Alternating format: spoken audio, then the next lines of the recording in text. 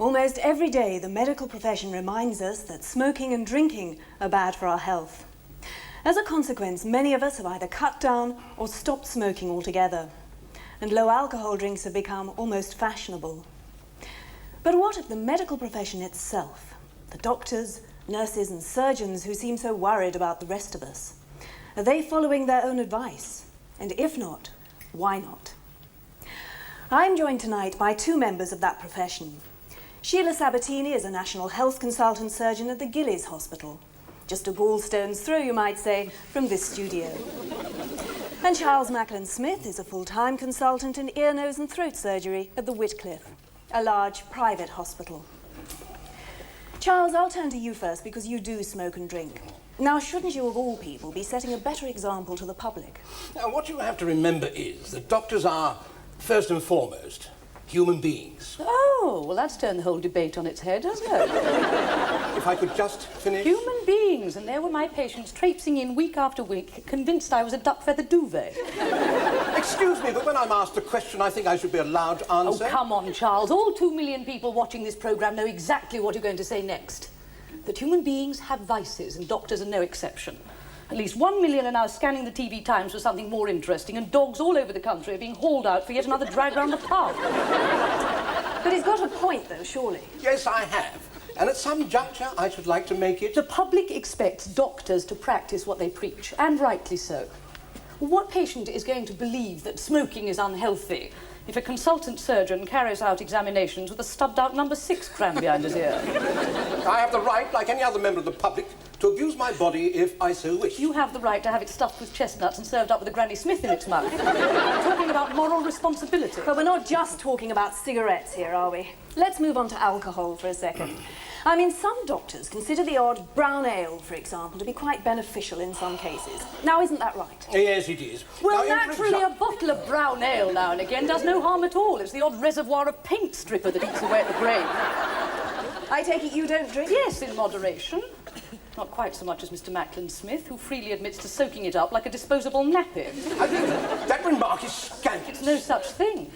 You gave an interview to a national newspaper 2 months ago, and I quote, "Yes, I drink, sometimes to excess, it's not illegal." I didn't say that. It's here in black and white. That article was fabricated.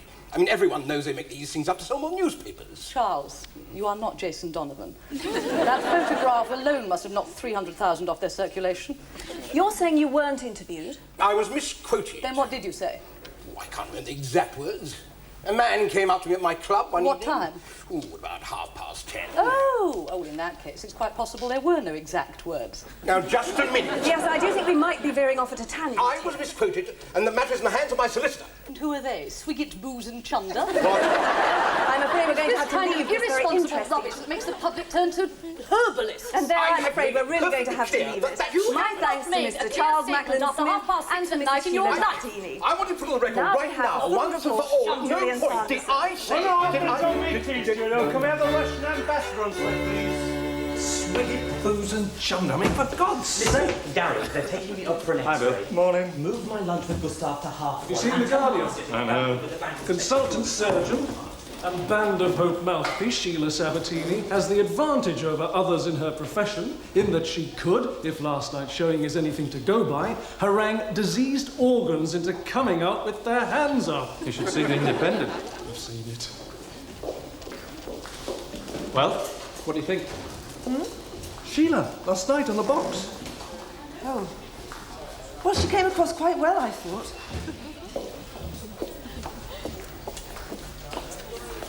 Quite well. Yes, pleasant but firm. Yeah. I thought you made quite a favourable impression. You didn't see it, did you? No. Joyce. If you tell her. Your best friend made a television debut last night and you couldn't even be bothered to watch. Well, I did try. I had a meeting upstairs, so I rang Alec and asked him to record it. He couldn't find a spare tape except Sink the Bismarck. I said rub it off. He said no. Well, he should have done. If he liked Sink the Bismarck, he'd have loved Sheila on the box last night. Guns blazing left, right and centre. Was she really that bad? Joyce, she was awful. Abrasive, rude, vindictive. It's all my fault. Why? I told her, go on and be yourself. I spent the whole 10 minutes scouring my set for an insult knob I could turn down. Just a word of warning. George Hopewin is working in Theatre 2 this morning. So? My dear fellow, Charles Macklin Smith is George's dearest and oldest friend. So if you two wish to avoid bloodshed, I suggest that Sheila Sabatini work in Theatre 986, preferably with the doors sandbagged. Incidentally, anyone not seen The Independent? Listen, I can still make lunch, but tell Gustav 3 and find out what the hell's happened to Marcia. I know what it wasn't. George! There's no point in trying to stop it. What has to be said, has to be said. Now, I take it that you all saw the programme. Yes. And we all know you've got every right to be angry. Yeah, I mean, to say that your best friend is a Hopeless, raving drunk. Well, that was uncalled for. I should damn well think so. We all know it's not true. My good woman, of course it's true. It is. Good Lord, yes. Chap knocks it back like a dehydrated camel. So what's the problem? The problem is patently obvious. If one is a hopeless raving drunk, one hardly wants it broadcast from Spithead to the Gorbals. That woman has ruined the earning potential of one of this country's highest paid surgeons. And I, for one, will not stand by without giving her the very sharpest end of my tongue. Mrs. Sabatini!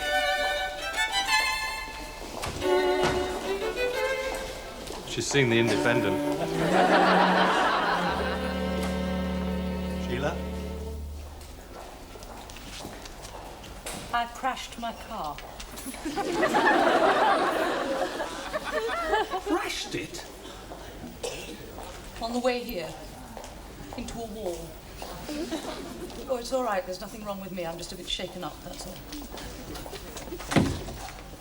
What's happened? Happened? Yeah, you know, the crash. What happened? Nothing. Sheila, cars don't just hurtle into brick walls of their own accord. Well, that's a damn stupid statement. Of course they do. You think I was aiming for it? You know what I mean. I just wasn't concentrating on where I was going, that's all. So what were you doing? Reading the Telegraph. Well, it wasn't plastered all over the windscreen. It was on the seat next to me. I wanted to see what they said about that programme last night. That man is the most dung-headed, drink-sodden... Yeah, well, never mind that. Let's get back to this crash for a second. Well, that's what I'm talking about. Whose wall do you think it was I ploughed into? What? You should have heard the great lump. Why are you doing this to me? As if I'm conducting some sort of vendetta.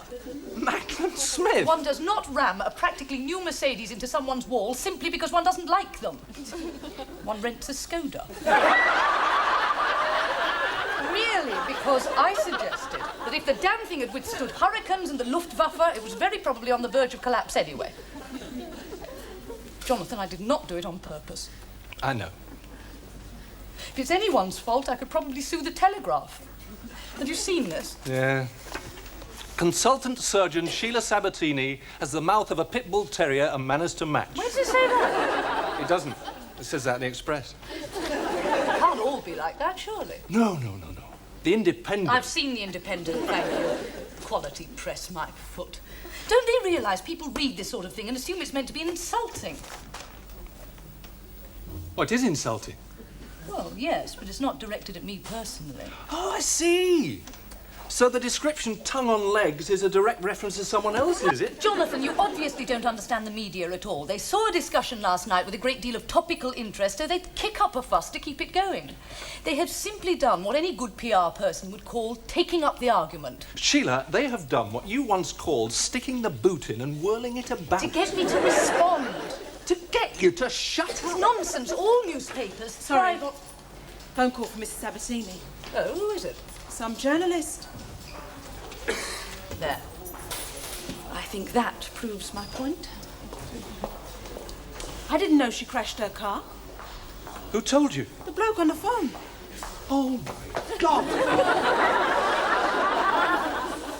Sheila! Hello? Yes, it is. No, Could you hold the line a moment, please? Jonathan, I am trying to conduct an interview. Well, don't look all... Jonathan! All right. Thank you. I do beg your pardon, you were saying? How did you find out about that? It only happened 45 minutes ago. Yes, I did speak to the householder and the gardener, and quite correctly gave them my name, address, and a few tips for red-hot pokers. I had not been drinking. Do you know what time it is? Yes. Well, I would still like to know how you found out about this. Oh, he did he? All right. Mrs. Sabatini! You know, it never used to be this difficult to have an argument with that damn woman. I'm going to start urgently and tell him the deal's still on, but they're taking me up for a what? Endoscopy. Endoscopy, so we'll have to sign over dinner. Endoscopy. Oh, I don't know.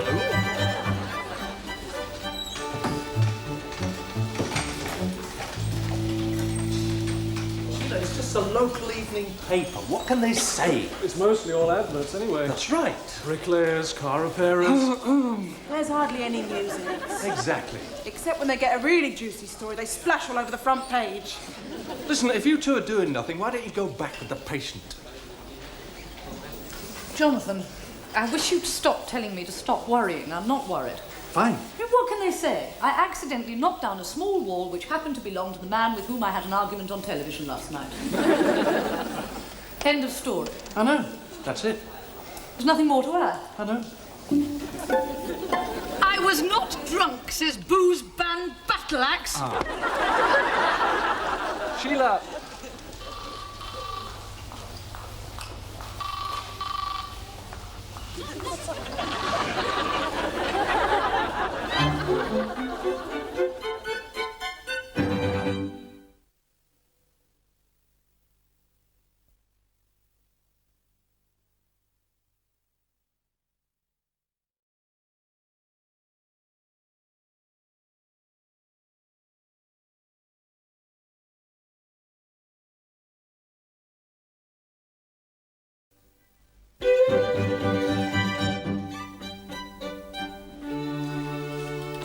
Happiness, happiness, the greatest gift that I possess. I thank the Lord that I've been blessed with more than my share of happiness. Mr. Copeland, have you seen it? It? That thing about Mrs. Sabatini in last night's paper. Yes, quite appalling. It's awful. Rarely have I seen anything in a newspaper quite so outrageously unfair. That's what I said. When you're smiling, when you're smiling, Yes, the world smiles with you. Have you ever been in the papers? Just the once. Just the once. Rather a stunning photograph, as a matter of fact. Rugby down at Twickenham. Yes, it was London Welsh against some inept bunch of girls' blouses from this country. You were playing? Good Lord, no. Now, as luck would have it, one of our glorious athletes from the valleys planted a try not 5 yards from where I was being stretchered away with suspected alcoholic poisoning. Yes, of course, one tells one's children a slightly different story. Brought down by a fearful tackle round the neck, battled on for 10 minutes in excruciating agony. They point to the photograph and say, "You played for London Welsh in a wind cheater and striped bobble hat." And that was the only time? You've never been asked for your professional opinion on something? Michael, I make it a rule, never, never make statements for public consumption. One always lives to regret it. I remember saying "I do" 15 years ago, and the upshot of that has been too gruesome for words. You see, no member of our profession can appear in print or on the television without being regarded as some kind of expert. So the public naturally gets upset when said expert reels off a dreadful lot of old twaddle. And then you get the backlash. Precisely, as on the front page of last night's paper. It's awful, isn't it? Ghastly. Happy talky. I was not drunk. It doesn't say you were, it says you weren't. Joyce, everyone knows that when a cheap rag like that quotes someone as saying they weren't drunk, the implication is that they were totally plastered out of their brains. Yes. Well, I wasn't. I want a retraction. Saying what? The truth. What's that? I was not drunk. Sheila, it says that already. Oh, Just let it blow over. do you think it will? Of course it will. It's just the local rag. This week it's you, next week it'll be pigeon muck on the town hall roof. I take it that was meant to be comforting. Well, you know what I mean. I shouldn't think anyone even buys it. No. I only get it for the what's on section. The rest's rubbish. Well, sports coverage is quite good. Well, I quite like that cartoon strip. What's it called? Willy Tumble. Oh, have you seen that? I know. It's brilliant. Neil Copeland told me they're doing a book of that. They've done it. I saw an advert for it in Friday's paper. You're kidding! Yeah! I told you it's probably a load of rubbish. So, you both think I should ignore it, then? Well, what else can you do? Yes, you're right. If I take them to court, then the General Medical Council will have to get involved, and I'll probably be suspended till it's all settled. Besides, why should I be intimidated by some tin-pot little paper? That is what I've been saying for the last 10 minutes. Yes, I shall carry on as normal, maintain a dignified silence. Oh, you're here? Yes, I'm here. Does that surprise you? No, it shouldn't. I am here because I have patients to attend to, and I shall be here day in, day out, no matter what scandalous rubbish appears about me in the press. Well, splendid. Now that we've sorted that out, I just popped along to say that there's a man from the News of the World on the phone.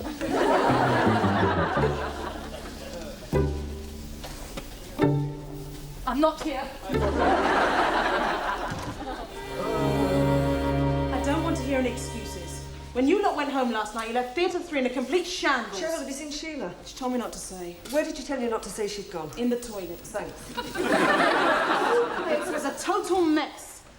And I don't have to tell you who had to stay behind and clear it up. So, if you do get any dirty looks from that little nurse in Theatre 7, don't come running to me. What an idea. Joyce, not now, please. It won't take a minute. Well, No, look. I'd really rather you left it till later. But it's so simple. All you Well, have can't to it do... wait 5 minutes? Sheila!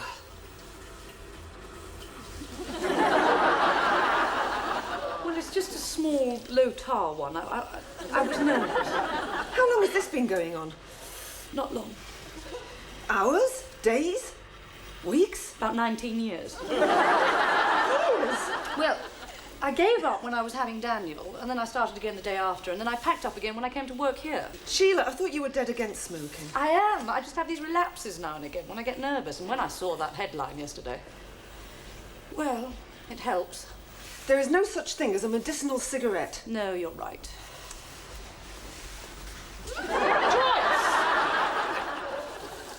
That's so you won't have to worry about me telling people I caught you smoking. So, what's this idea of yours? Well, look, it's so simple. Now, if you say you hadn't been drinking yesterday, nobody believes you. No. But if Macklin Smith said it, they would. Oh, he won't do that. Well, he might, if his dearest and oldest friend asked him to. Hope win? So all you have to do is sweet-talk him into it. Joyce, do you have a light? I think I might need Sheila! another. No, well, the idea's ridiculous. George Hopewin's been gunning for me ever since that programme. Well, just try. Now, look, he's at the Wycliffe till 10:30, so when he comes in... No. Oh, Sheila! Joyce, I said no! Excuse me, sorry to interrupt. Are you into the Sunday sport? Quite extraordinary. Gascoigne dribbled down the left wing, passed, and then Barnes trapped the ball with his foot. While on the turn. Lineker moved inside.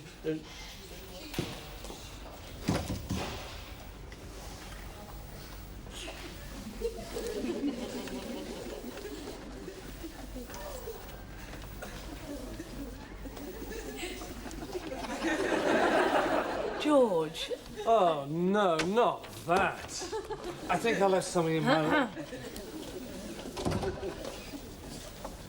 George? Before you say anything, I'd just like to offer my sympathy for the appalling way you were treated in last evening's paper.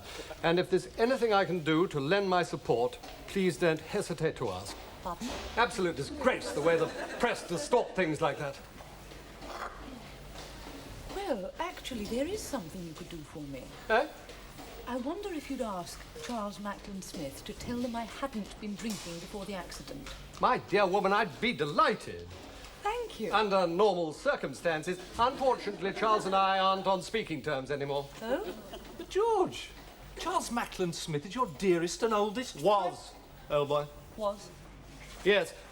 As you know, I do an odd bit of work at the Wycliffe myself. And a few extra bob, as it were. So? Well, apparently, due to a certain television programme, a good many of Charles's patients have decided they'd rather be treated by someone else. You? Well, funnily enough, yes. And for some reason, Charles seems to think I ought to refuse. And you don't? Good Lord, no. I said quite flatly, if money's worth more to you than our friendship, there's nothing further to discuss. Oh,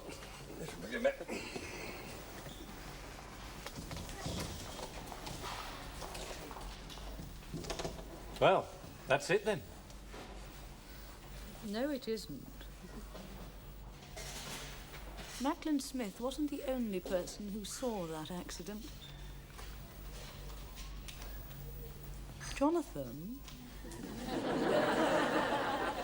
Could I borrow your car at lunchtime? Pardon? Oh, for goodness sake, how many people do you know have crashed 2 expensive cars in 1 week?